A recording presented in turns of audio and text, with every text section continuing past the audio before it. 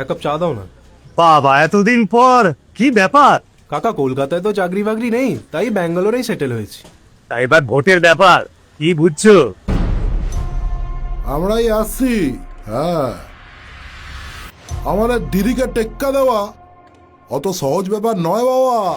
কিন্তু এবার তো সবাই বলছে বিজেপি আসবে। ওদের মাথার ঘিলু ঘুরে গেছে। হ্যাঁ, আরে না গো বিল্টে দা, আমাদের পাড়া সবাই কইছে এবারে মোদিকেই ভোট দেবে। ভাই চুপ কর।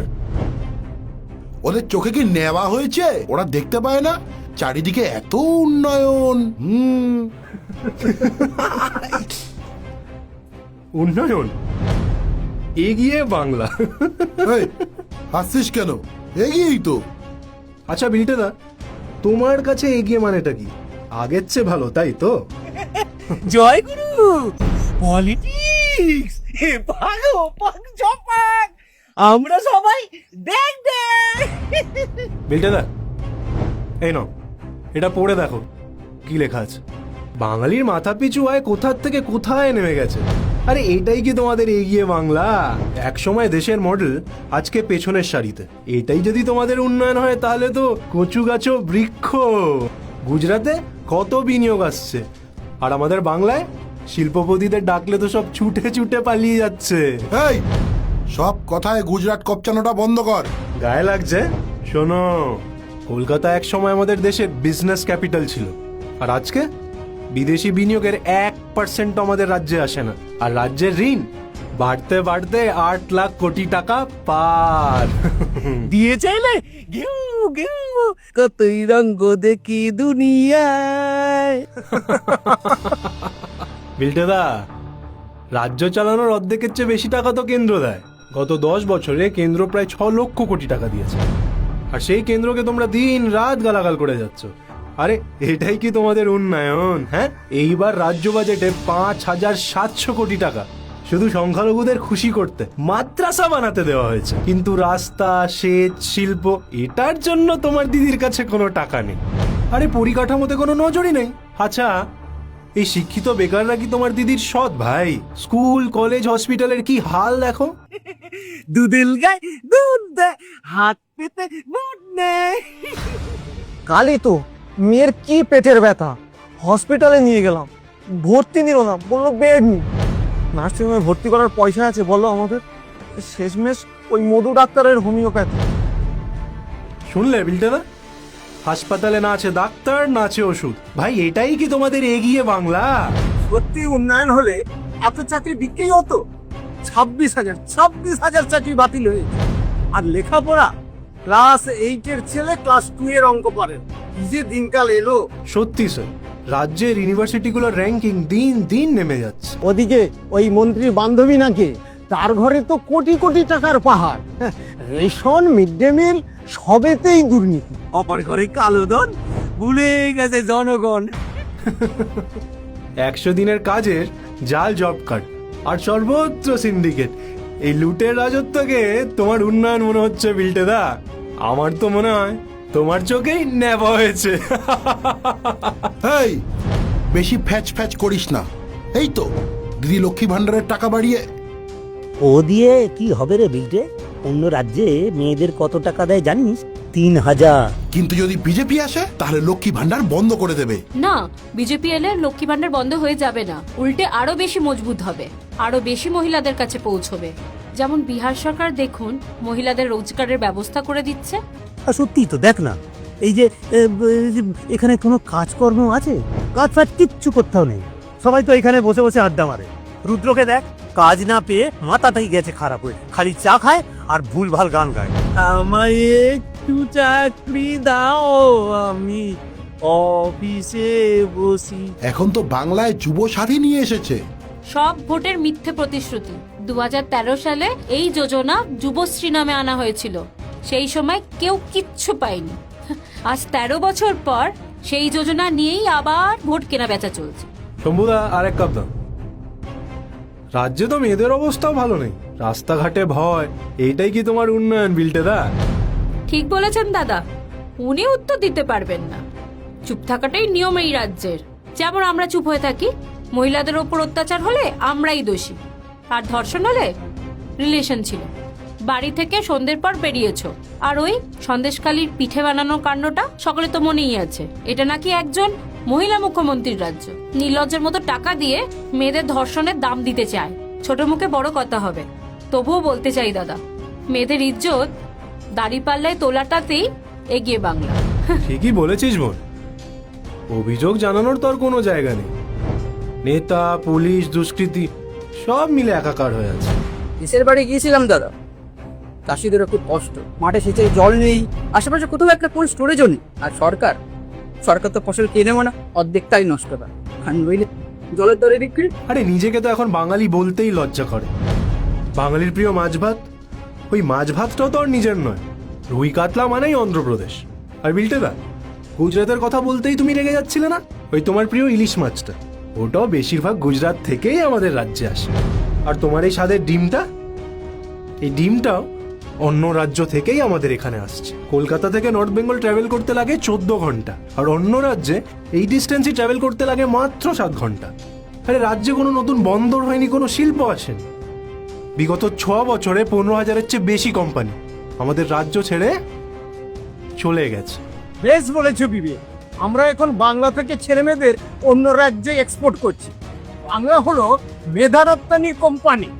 আর বাইরে থেকে রাজ্যে আমদানি হয় ভোট ব্যাংক। দাদা, রাজ্যের চলচ্চিত্র জগতের হাতে তো হ্যারিকেন, আর হস্তশিল্পীদের নুন আনতে পান্তা ফুরোয়। আমাদের রাজ্যে সব কিছুর গ্রাফ নিচে, শুধু দুর্নীতির গ্রাফ টপে। আরে রাজ্যের সিকিউরিটিটাও তো কম্প্রোমাইজ হচ্ছে বর্ডারে। রাজ্যে আমাদের রাজনীতির উই পোকা ধরেছে, আর সেটাকেই আমাদের বিলটেদা রঙিন চশমা পরে উন্নয়ন দেখছে। পাল্টানো দরকার, চাই বিজেপি সরকার। এই, তোর তো দেখছি বিজেপির জন্য খুব পীড়িত। বিজেপি এখানে আসলে কি সূর্যটা পশ্চিম দিক থেকে উঠবে? না দাদা, বিজেপি ক্ষমতাতে এলেও সূর্য সেই পূর্ব দিক থেকেই উঠবে। কিন্তু আমাদের বাংলার যে উন্নয়নের সূর্যটা ডুবে গেছে, সেটা আবার দেখা যাবে। বিজেপি ক্ষমতায় এলে মানুষের মানসিকতাটা বদলাবে। আরে আমাদের রাজ্যে তো চিকিৎসক থেকে শুরু করে কৃষক, শিক্ষক সবাই ভয়ে ভয়ে বাঁচে। একটা গোটা পরিবার ভয় নিয়ে ঘুম থেকে ওঠে, ভয় নিয়ে ঘুমোতে যায়।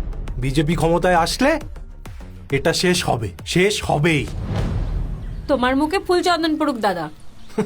ফুলচন্দন নয়, চপ ঘুগনি বল।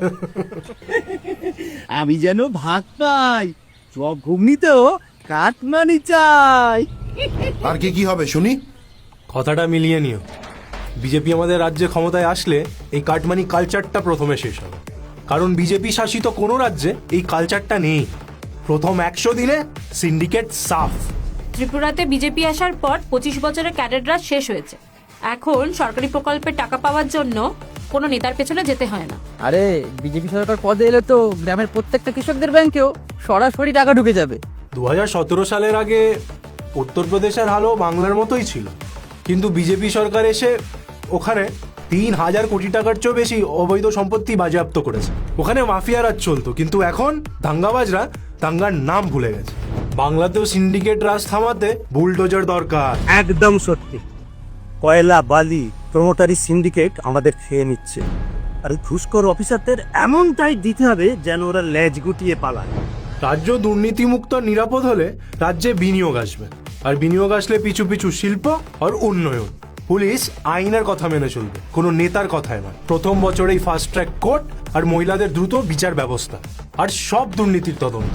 চাকরি বিনা পয়সায় হবে হরিয়ানার মতো। নিয়োগ দুর্নীতি বন্ধ হবে। এটা হলে যুবসমাজ আত্মবিশ্বাস ফিরে পাবে, আর মেধা গুরুত্ব পেলে ছেলেমেয়েরা মন দিয়ে লেখাপড়াও করবে। ভাতায় ভুবন ভরিয়ে দেব। ও না না না না, হাতি মেরে সাথী, চল মেরে সাথী, ও যুব সাথী, হাতি মেরে সাথী।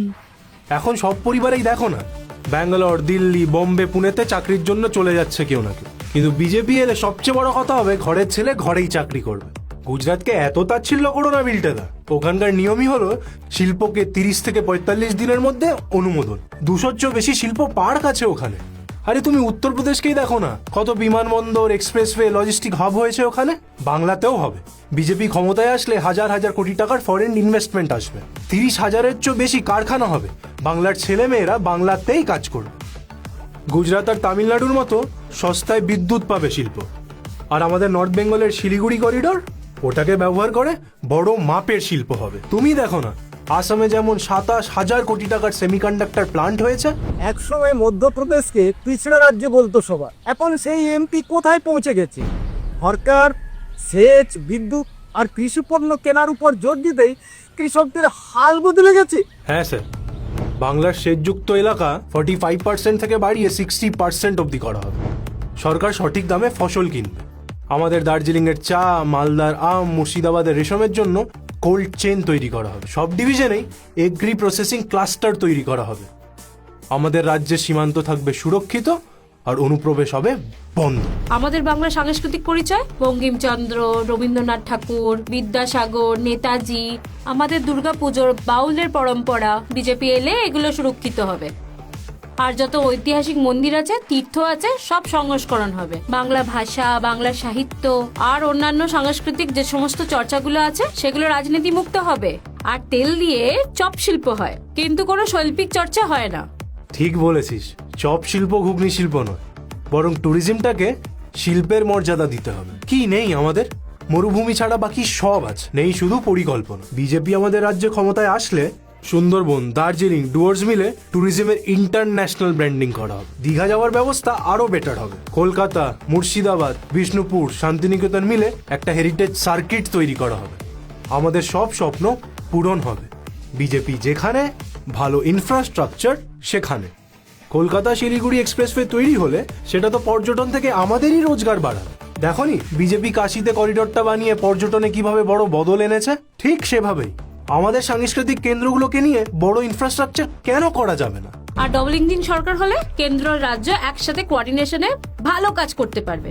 এবার বাংলায় উন্নয়ন হবে ঘন্টায় 180 কিলোমিটার বেগে। বুঝেছো তোমরা? লাস্ট 10 বছরে বাংলার উন্নয়নের জন্য কেন্দ্র যা দিয়েছে তা কংগ্রেস সরকারের তুলনায় প্রায় 4 গুণ বেশি। সেই সব টাকার সঠিক ব্যবহার হবে, আর জমি অধিগ্রহণে আর লেট হবে না। আর অনুমোদন নিতে 300 দিন নয়, মাত্র 30 দিনের সময় লাগবে। শিল্পে স্পিড ফিরবে। এই বাংলায় আবার শিল্পপতিরা ফিরে আসবে। বাংলায় কৃষকরা নিজের বাজার পাবে, আর বাংলা নিজের হারানো সাংস্কৃতিক গৌরব ফিরে পাবে। সবার জীবন পাল্টে যাবে, সবার। সবকিছু বদলাবে, শুধু যদি এই সরকারটা পাল্টায়। দাঁড়াও,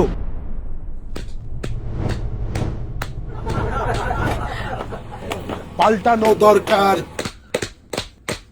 পাল্টানো দরকার। চাই বিজেপি সরকার।